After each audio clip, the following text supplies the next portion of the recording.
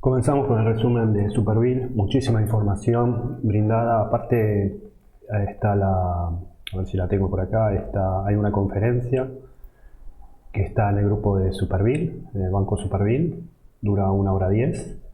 También está la transcripción, es decir, lo pueden llegar a leer. De hecho, voy a sacar algo de la transcripción. Las preguntas se basan más bien en cosas que vamos a decir ahora, ¿no? A dónde ponen el foco ellos. Bueno, el grupo Supervive es una empresa familiar ya de 5 o 6 generaciones, cuyos los capitales son nacionales. Se remonta en 1887 y se concentra en la provisión de servicios bancarios financieros a individuos, pequeñas y medianas empresas a través de una amplia red de distribución en todo el país. A medida que fue pasando el tiempo, fue tomando el marco de holding más allá del banco. Y bueno, y hace poco compró IOL, está Yuru, que es la estrella de hoy día, ¿no?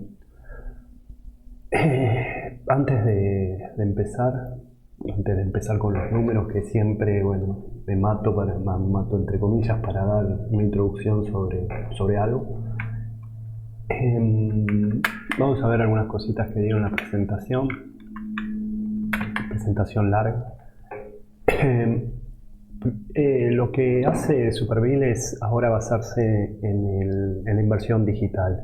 La idea es ir desprendiéndose de sucursales y tener una idea digital. De hecho, en el balance anterior o en el trimestral anterior informaron que se iban a desprender de varios pisos en cuestión de ahorro para ahorrar gastos y para obtener una moneda en la inversión en la venta de esos pisos que hoy que tiene Superbill, creo que son 6 pisos. Bueno, entonces avanza en la parte de digitalización, y acá vemos que los consumidores digitales aumentaron 76%, las opiniones son muy buenas en lo que sea en la aplicación, le pusieron 4,3, 4,4. Este es el circuito de expansión. Hoy falta la videollamada, pero tienen la caja, el mail, el cajero Constenta y el humano o el chat digital. Y esto ya pasó, 11 sucursales dedicados a lo que es previsional, es decir, a las jubilaciones, para servir a pymes y otros multisegmentos. Bueno, estas las ventajas: expandir 24 horas las áreas autoservicio, donde hubo un 53% de calle de 24 horas sobre el total. Son los ATM, supongo. Reducir las transacciones con humanos, con cajeros, del 29% que era en el 2018 se hizo al 2%, obviamente porque se pide turno hoy día. Y esto es el 90 días de logueo que los jubilados acceden. Hay un 143% con respecto a antes de la pandemia, ¿no? Otra cosa, esto es escalar e ir cortando las sucursales para llegar a 168. Y ir cortando la cantidad de empleados también del banco en sí. Acá, esta es la cantidad de APIs, es decir, la cantidad de servicios que tiene por celular. Se piensa llegar a mucho más del doble. Migrar todo a lo que no sea físico, sino a la nube. Se espera llegar al 70% en el 2024. Y esta es, como dije, la estrella, que después la vemos entonces. Después hablaron de el Environment Social Governance, donde el ahorro de basura. Vamos a verlo mejor acá. La reducción de emisión es un 2,5 para el 2022. Ya hay un 50% en el offset desde que se empezó a a planificar esto, la cantidad de mujeres en el directorio. Bueno, los GRI, que es integrar todo esto, es decir, hacer reportes de sustentabilidad y integrar los 17 GRI, que son los estándares.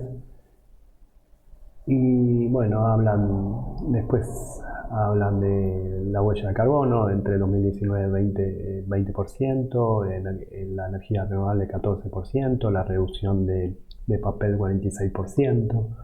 26 programas de filantropía, invirtiendo 264 mil millones de pesos, 1.550 voluntarios para actividades solidarias, en fin, entre otras cosas, ¿no? Prevención del programa de corrupción, 97% de compromiso en las reglas, las regulaciones, transparencia garantizada esto fue por un premio, etc.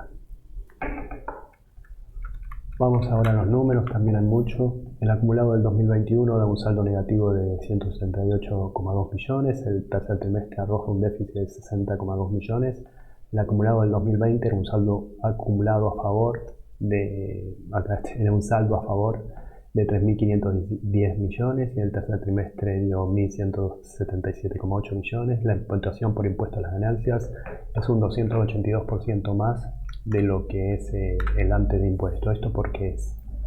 Acá lo mencionan bien. Y después vamos por el trimestre.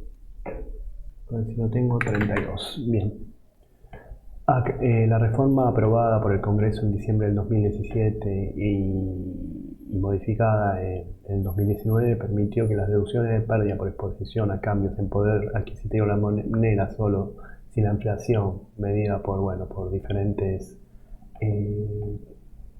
índices hablan de cómo darle, o sea, el 55% del 2000, esto hablan de lo expuesto a la inflación. La provisión de impuesto a la ganancia de 2019 considera las pérdidas derivadas de las exposiciones de cambio en poder adquisitivo de la moneda que reducen significativamente el gasto de impuesto a las ganancias comparado con años anteriores. Por ello, en el 2021 se editó una ley del cambio de alícuota y acá lo que hablan que el disvalor que IUDU tomó hace que sea fijo y por ende hace que sobrepase el impuesto diferido sea mayor a lo que se obtenga, más allá de la alícuota en sí. Entonces hace que eso que ya estaba para imputar en este trimestre se pierda el neto antes de impuestos se pierda en este impuesto a la ganancia, ¿no? Que es 241,74. La explicación la tiene acá, habla de IUDO que tiene un impuesto de 1.200, del cual tenía que trasladar las pérdidas para el impuesto, o trasladar las pérdidas que me refiero a la desvalorización del activo. Bien. Espero que se haya entendido cualquier cosa. Pero de momento lo entendí y es el impuesto diferido que se tiene que imputar sí o sí por lo que se va conllevando al disvalor de un activo. Bueno, a ver si llegamos acá. Bien. Desde la carta de Patricio Supervielle se resalta, si bien se vislumbran unas señales de mejora moderadas con respecto al 2020, la cartera de préstamos continúa débil y presiona sobre el margen de interés neto.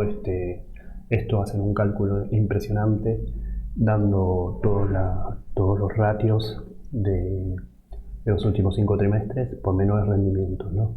Han llevado que 11 sucursales dedicadas exclusivamente al servicio previsional han sido agregadas en servicios pymes y otros, así le dan mayor rotación al trabajo y se van desprendiendo de otras sucursales que recargan valores, ¿no?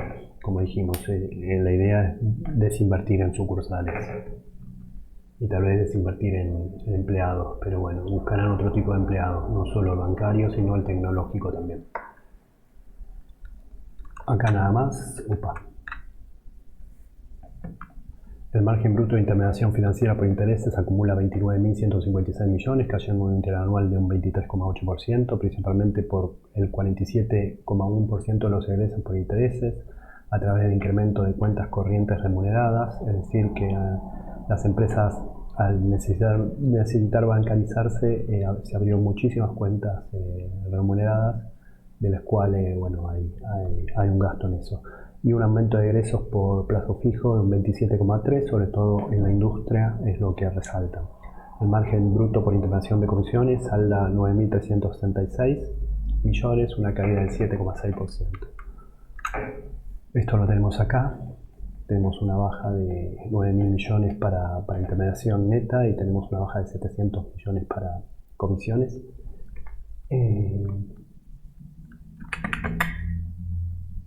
Los ingresos por comisiones, hay una pequeña subida, principalmente por préstamos hipotecarios que vuelven en parte y algunos préstamos por documento y esas cosas. Lo que es ingreso por intereses, como dijimos, interés por cuentas corrientes remuneradas y lo de plazos fijos. Seguimos. Los resultados por medición de instrumentos financieros a valor razonable y diferencia de cotización suman 1.197,5 millones, 1,22% más que el tercer trimestre de 2020 por mayores rendimientos y volúmenes en títulos bonos del Tesoro. Bien. Ahora vamos a ver en qué invirtieron. Los resultados preposición a cambio de moneda dan un déficit de 5.638,7, el año pasado fue 4.129, esto por activos monetarios que se van deteriorando el valor por efecto inflacionario, ¿no? En cuanto a lo que dije de la moneda, de los títulos, nos vamos a ir a la página 26, ¿sí? No, 41.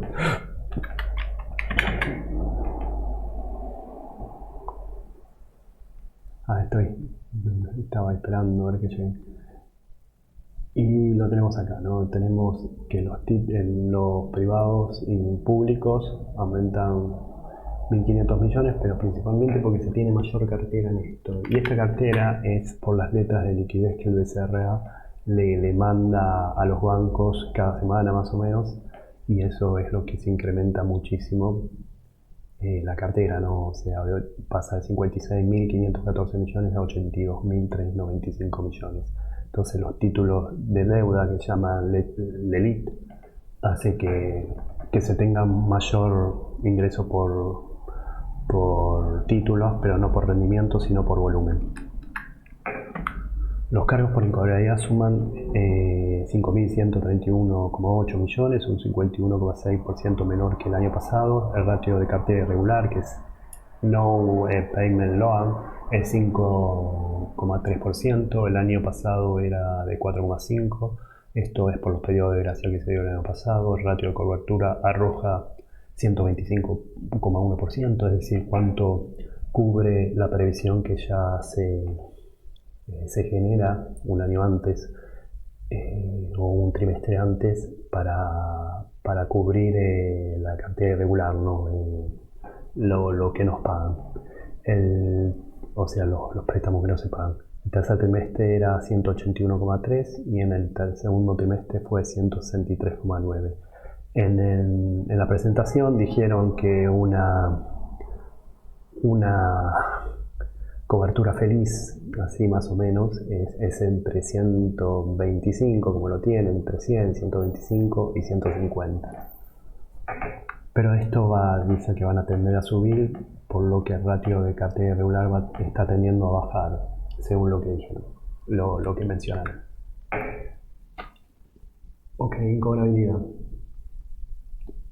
Ante todo, vemos que es 5.131, acá vemos que ya es un cuarto de lo que era anterior, son 3.000 millones en un solo trimestre. Después, estas son las carteras, ¿no? La cartera de comercial y regular. La mayor es cartera de de préstamos por consumo 1. Entonces se tiene un total de cartera que es 146, el total de irregular fue 8.128, el ratio de cartera irregular es 5,3, estamos en peor momento que el anterior, que es el NPL justamente, y la previsión es dividir el ratio de cobertura es dividir la previsión sobre la cartera irregular. Y se tiene algo que hoy asusta, pero en un momento asustaba más porque no llegaba al 100%, sobre todo antes de la pandemia, que no venía bien. En cuanto acá están los porcentajes, ¿quiénes son los que más peligros tienen de pagar o los que no están pagando? Son los préstamos personales y después la tarjeta de crédito. Ambos están en un pico y se espera bajar para estos meses, ¿no? Todo lo que es cartera por tarjeta de crédito, hipotecario y pymes han bajado con respecto al septiembre de 2020. Los gastos de administración dan 10.396, un 1% más que el año pasado. El rubro beneficios personal acarrea 17.450,4 millones de pesos y bajan un 6,3. La cantidad de empleados son 4.888, cayendo un 3,8 en un año, en 184 sucursales. El ratio de eficiencia, que es gastos sobre ingresos por intereses, da 73,4, el año pasado fue mejor, con 63%. Esto es justamente por menor desempeño en los ingresos por intereses. Bueno, vamos al balance, vemos los importes y tenemos lo siguiente: en beneficios del personal hay una baja por menores empleados, la paritaria fue mayor que la inflación, de hecho la expone en el resumen. Los gastos de administración son parecidos al año pasado y en cuanto a una cosa más,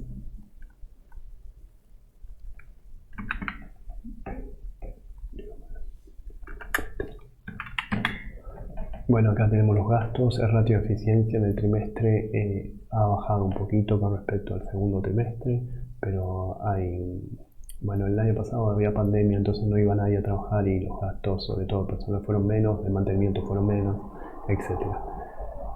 Y acá primero acá lo tengo. El total de empleados es 488 contra 5.079, sucursales bancarias 184 con 185, se espera llegar a 140, 130 y pico. Los únicos que aumentaron son los brokers o los operadores bursátiles, el 127,71, seguros también aumentó algo, pero lo que es banca está en una línea ascendente, así como es. Y Udu, si todo sale bien, puede seguir incorporando gente en el consumo, telemarketing, programadores, lo que sea. Y esta es la paritaria que, como se ve, no sé si se le gana, pero bueno, a la inflación, pero bueno, está ahí. Los préstamos suman 143.890,1, bajando un 5,2. En moneda extranjera es el 11,5, con una reducción del 33,3. Los depósitos dan 279, hay una diferencia enorme.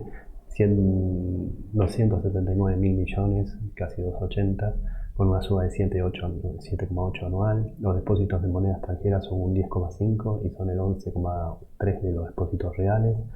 La relación préstamo-depósito, esto lo dijo Patricio Superville en la conference call, está en mínimos históricos y bajó de 80 a 56,2, y esto es realmente preocupante para la empresa.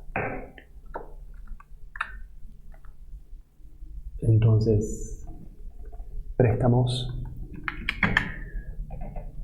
Tenemos lo siguiente: la cartera de préstamos, 149.000. Los préstamos que más subieron fueron los de consumo, bajan mucho lo que es banca personas, un 11,2, y baja mucho con corporativa.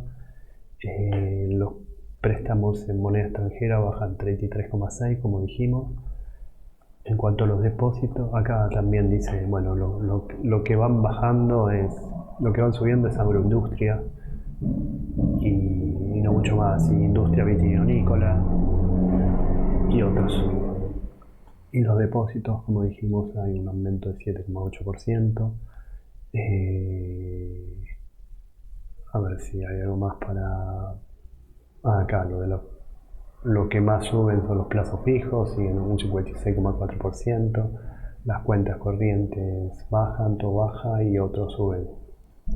Los depósitos están, más bien son como se dice, depósitos bajos costos son el 27,4% del fondeo, después cuentas corrientes especiales, plazos fijos es el 40% y este es el saldo promedio de lo que da, y en dólares son los corporativos más bien y los minoristas.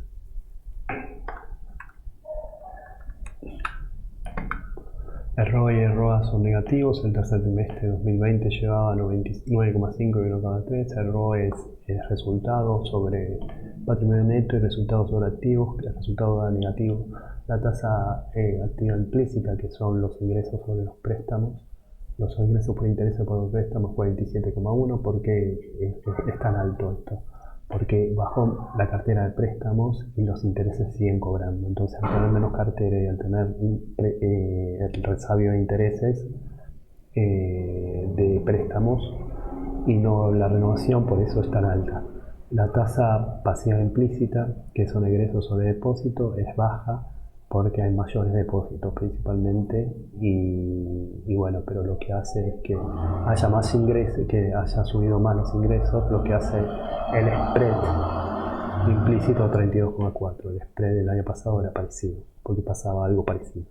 El NIM, que es el margen de interés neto, que es un cálculo que se hace a través de préstamos e inversiones sobre activos y pasivos, es un 17,3 y el año pasado era 22,2 porque es 490 puntos básicos, es decir, es como decir 4,9%, pero no es 4,9%, es nominal lo que digo, por menos rendimiento promedio de los préstamos y títulos públicos.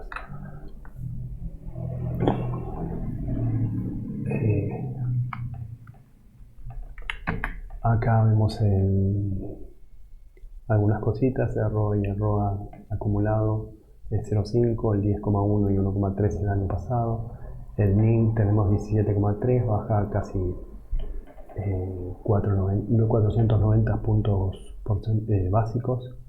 Una cosa que se mantiene es el capital sobre total de riesgo. Cuando vimos Galicia, por ejemplo, tenía creo que 4 puntos más, 4 puntos porcentuales más.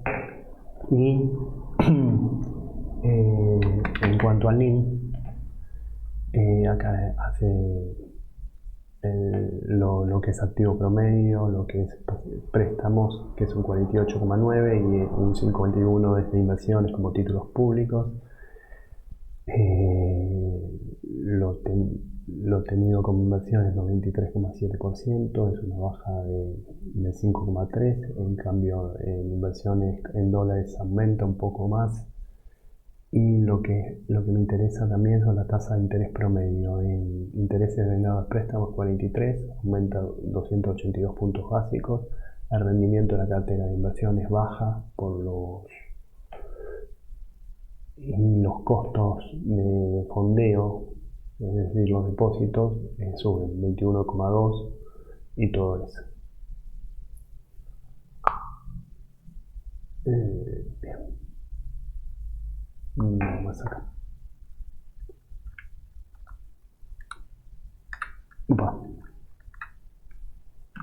Bueno, el 26 del 11 se lanzó Yudu para combinar lo mejor de los modelos de banco tradicional digital con mayor inmediatez, ahorro, control y rendimiento.